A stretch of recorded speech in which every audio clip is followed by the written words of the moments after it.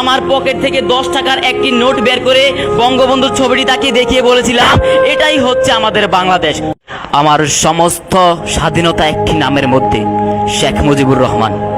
কুটুম্বপুর উচ্চ বিদ্যালয় কর্তৃক আয়োজিত জাতির জনক বঙ্গবন্ধু শেখ মুজিবুর রহমানের জন্মবার্ষিকী ও জাতীয় শিশু দিবস উপলক্ষে আজকের এই অনুষ্ঠানে উপস্থিত মাননীয় সভাপতি এবং মাননীয় প্রধান শিক্ষক ও আমার প্রাণপ্রিয় শিক্ষক শিক্ষিকারা এবং আমার সহপাঠী ভাই বোনেরা যারা আজকের এই মঞ্চে উপস্থিত আছেন, তাদের সবাইকে জানাচ্ছি আমার পক্ষ থেকে আন্তরিক অভিনন্দন ও সালাম। আসসালামু আলাইকুম ওয়া রাহমাতুল্লাহ।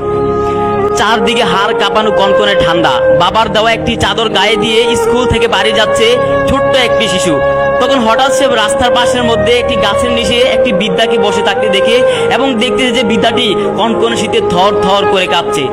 সে এই দৃশ্যটি দেখে আর স্থির থাকতে পারলো না, তিনি দৌড়ে ছুটে গেল সেই বৃদ্ধার কাছে। তখন সে বৃদ্ধার কাছে গিয়ে তার গায়ের চাদরটি খুলে পরিয়ে দিলেন সেই বৃদ্ধাকে। তিনি একটি বারের জন্য ভাবলেন না, আমার বাড়ি যাওয়ার জন্য যে বাকিটুকু পথ বাকি আছে, আমি এই শীতের মধ্যে সেই বাকিটুকু পথ কিভাবে যাব। ভাববেনই বা কেন? কিন্তু হচ্ছে মানবতার ফেরিওয়ালা, কারণ তিনি গরিব দুঃখী মানুষের সকলের দুঃখ কষ্ট বুঝতেন।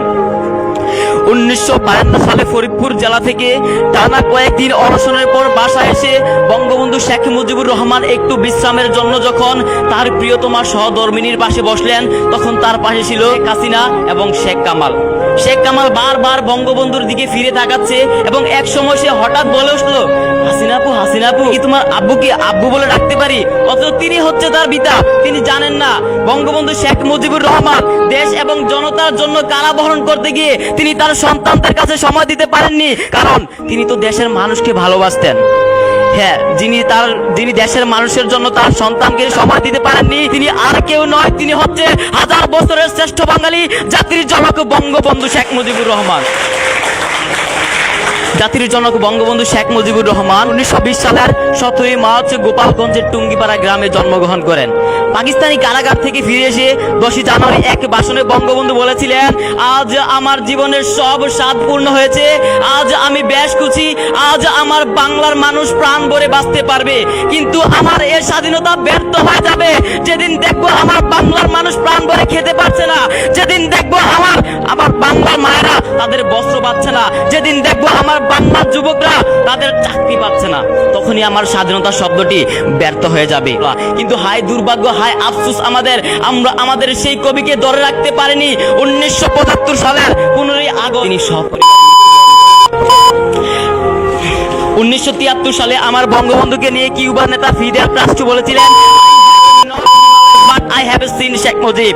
আমি হিমালয় বা পর্বতমালা দেখিনি, আমি বঙ্গবন্ধু শেখ মুজিবুর রহমানের মতো একটি উদার মানুষ দেখেছি। দেখবেই তো, কারণ বঙ্গবন্ধু শেখ মুজিবুর রহমান তিনি তার জীবনের চেষ্টা দিয়ে হিমালয়ের মতো বাংলার সকল মানুষকে আগলে রাখার চেষ্টা করেছেন।